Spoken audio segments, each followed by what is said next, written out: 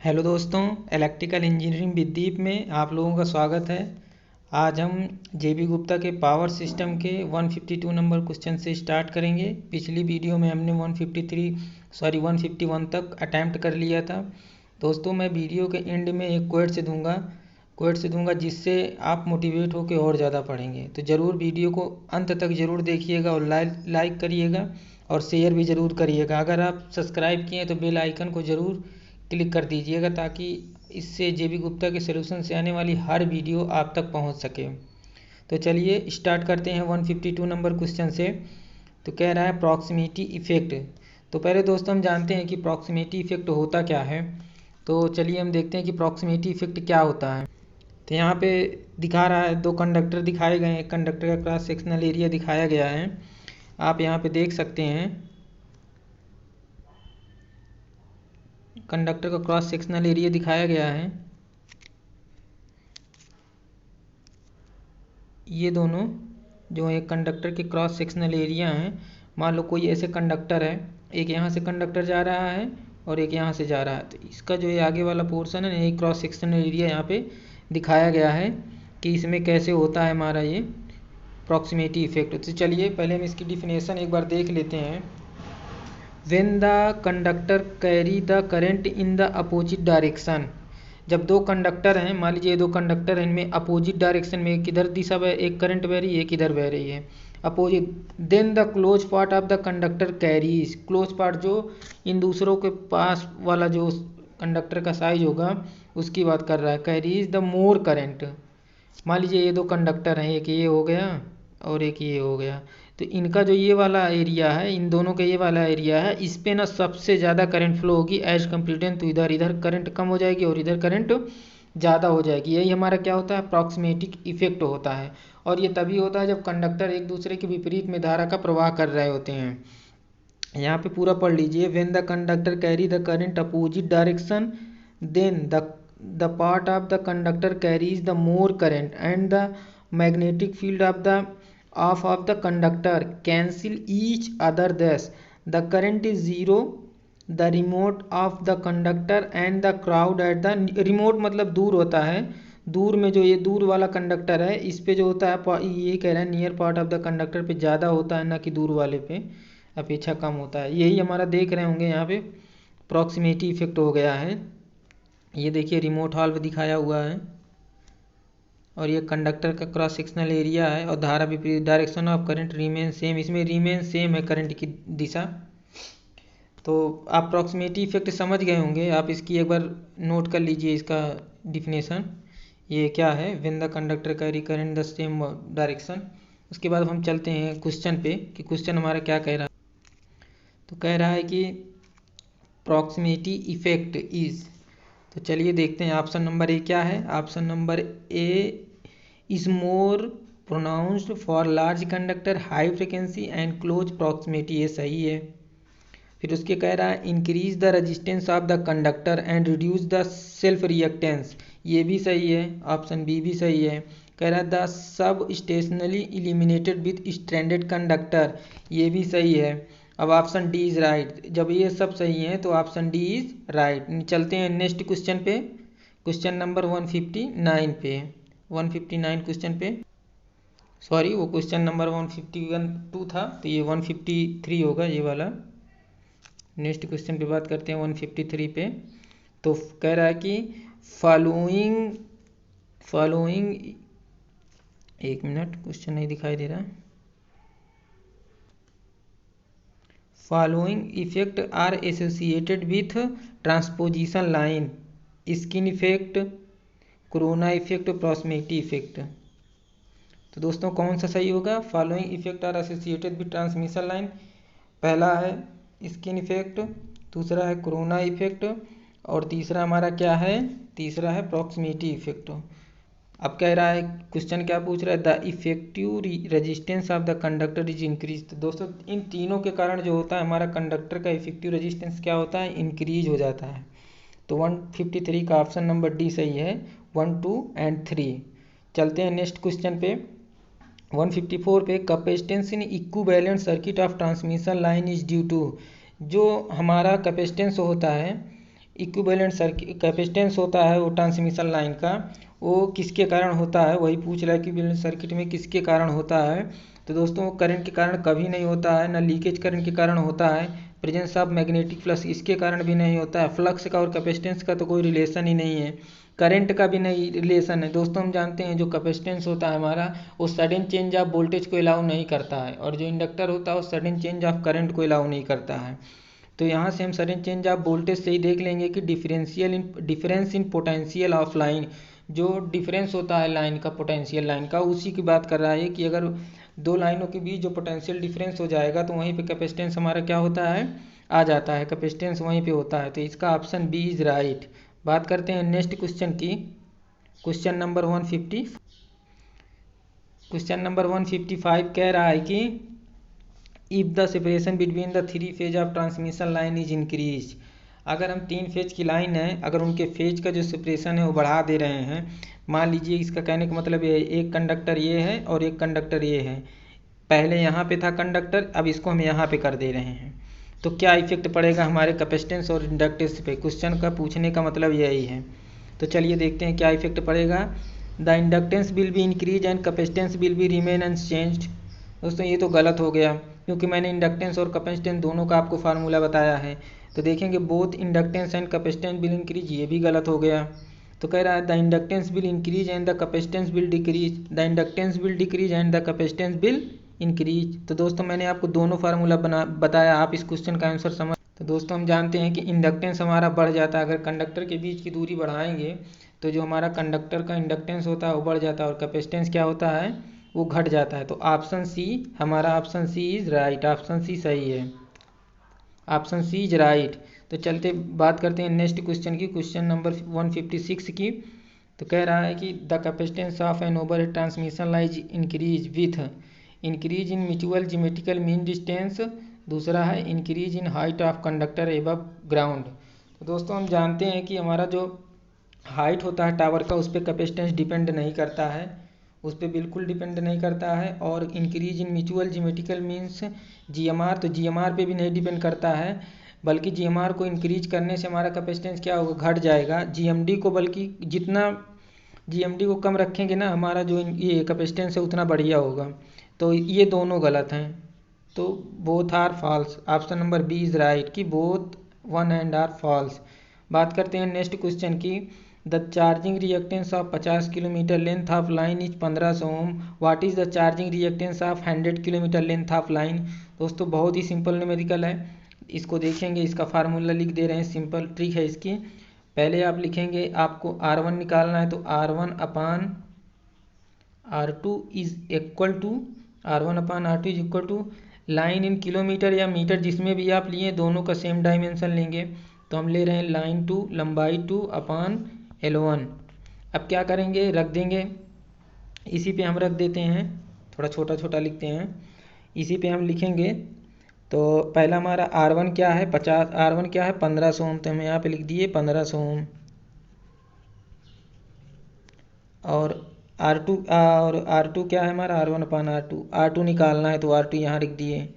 और पहले 50 किलोमीटर लंबाई थी, उसके बाद 100 किलोमीटर हो गई, तो L2 हमको 100 किलोमीटर ऊपर लिखना है। और उसके बाद 50 किलोमीटर निकलने का 50 दूना 100 हो गया, और ये 2 और इससे कट गया, कितना आ जाएगा 750। तो R2 बराबर कितना हो जाएगा दोस्तों 750 ओम। यही हमारा ऑप्शन सही है 750 ओम। तो कौन सा सही है, option C is right 750 ohm. बात करते हैं नेक्स्ट क्वेश्चन की, क्वेश्चन नंबर 158 की। Bundle conductor are used to, तो मैंने बंडल कंडक्टर कैसे बनाया जाता है इसको पिछली वीडियो में और उसके पहले भी बताया था। तो हम बंडल कंडक्टर का यूज क्यों करते हैं, तो पहला reduce inductance of the line, सही है। Reduce both inductance and capacitance, ये तो गलत है। रिड्यूस कोरोना लॉस, ये भी सही है। लेकिन कह रहा है reduce corona loss and the line inductance, तो ये ज़्यादा सही है, क्योंकि ऑप्शन सी और ए दोनों इसमें मर्ज कर दिया है। तो ऑप्शन डी इज राइट। 158 का क्या होगा, reduce corona loss and the line inductance. बात करते हैं 159 क्वेश्चंस की। 159 क्वेश्चन की बात करते हैं। A three phase overhead transmission line has its conductor, a 3 phase overhead transmission line has its conductor horizontally spaced with spacing between the adjunct conductor equal to d. If now conductor of the line are rearranged to form of equilateral triangular side equal to d, तो कह रहा है average capacitance and inductance will increase, average capacitance will decrease and inductance will increase, average capacitance will increase and inductance will decrease, तो surge impedance loading of the line is increase. तो surge impedance loading का तो कोई मतलब नहीं है यहाँ पे सर्ज इम्पीडेंस लोडिंग का कोई मतलब नहीं है। तो surge impedance loading of line in you increase, तो इससे कोई मतलब नहीं है, तो गलत ही है पूरी तरह से। अब एवरेज कैपेसिटेंस दोस्तों हम देख रहे हैं कि क्वेश्चन से हमें ये पता चल जा रहा है कि जो इसका दो कंडक्टर के बीच का जो डायमीटर है, जो डिस्टेंस है वो घट जा रहा है। दो कंडक्टर के बीच का डिस्टेंस घट जा रहा है, तो डिस्टेंस घटने से क्या होता है, कैपेसिटेंस, एवरेज कैपेसिटेंस हमारा इंक्रीज हो जाता है, और इंडक्टेंस क्या होता है, इंडक्टेंस घट जाता है। तो यही वाला option C is right, option C is right, average capacitance will increase and inductance will decrease. ये बहुत इंपॉर्टेंट क्वेश्चन है, कई बार एग्जाम में पूछा गया है। नेक्स्ट क्वेश्चन पे चलते हैं।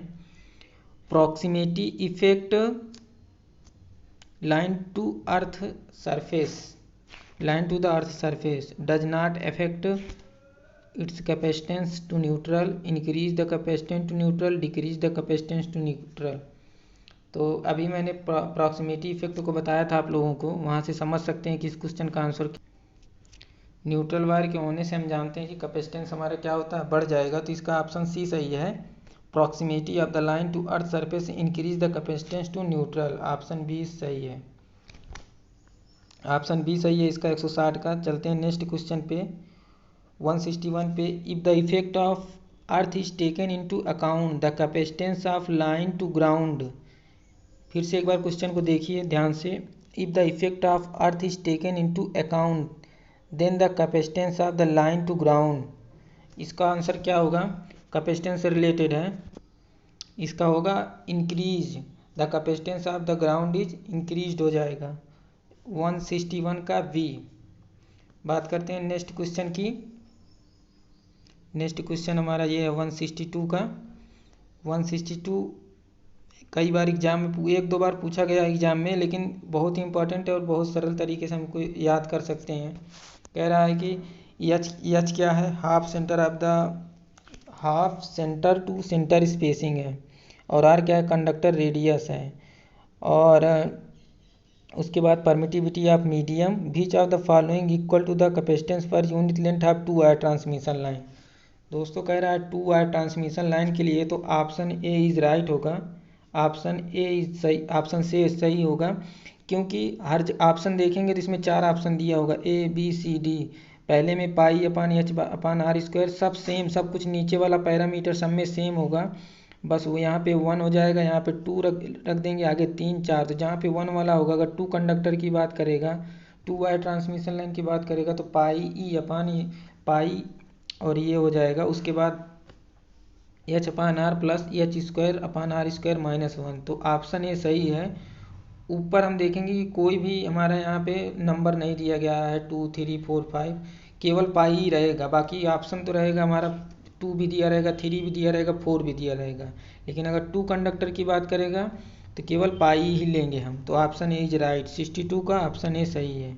बात करते हैं नेक्स्ट क्वेश्चन। तो नेक्स्ट क्वेश्चन हमारा है for electrical spacing of conductor and untranspose 3 phase line we have, किस करने के लिए हम जो उसको करते हैं, किस चीज़ को करने के लिए, तो balance receiving in voltage and no communication interference. तो इसीलिए करते हैं कि हमारा जो balance receiving in voltage balance रहे और जो कम्युनिकेशन लाइन में इंटरफेरेंस होता है वो ना हो। तो इसका ऑप्शन 163 का ऑप्शन ए इज राइट। बात करते हैं अब ट्रांसमिशन लाइन और ट्रांसपोर्ट।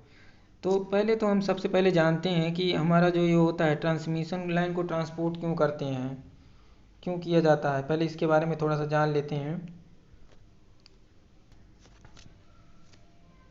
तो ट्रांसपोजिशन ऑफ ट्रांसमिशन लाइन करते क्यों हैं, तो दोस्तों due to unequal spacing between conductor inductance of each phase is not equal to each other.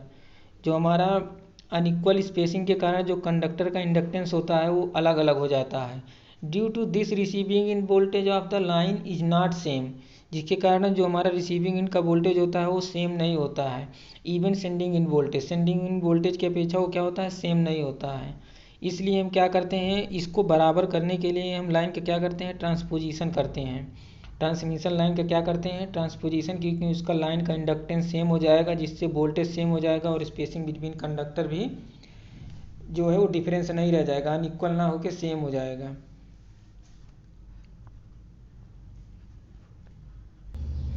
Transposition line करने से हमें फ़ायदा क्या होगा ना, कि जैसे 3 फेज होते हैं आर वाई बी, तो तीनों फेज का क्या होगा ना कि हमारा जो तीनों फेज का जो इंडक्टेंस होगा, ये मान लीजिए आर वाई बी है, आर वाई बी है, तो तीनों फेज का जो इंडक्टेंस होगा वो बराबर हो जाएगा, यल जो है बराबर हो जाएगा। जब इंडक्टेंस हमारा बराबर हो जाएगा तो जिसके कारण करंट और वोल्टेज जो इनमें है वो भी ऑटोमेटिक बराबर हो जाएंगे, और जब करंट और वोल्टेज बराबर हो जाएगा तो हमारा लाइन क्या हो जाएगा, ट्रांसपोज में आ जाएगा, लाइन हमारा ट्रांसपोज है, जिसके कारण मैग्नेटिक फील्ड, कोई भी मैग्नेटिक फील्ड उत्पन्न नहीं होगा, और जिसके कारण कोई भी रेडियो इंटरफेरेंस नहीं होगा।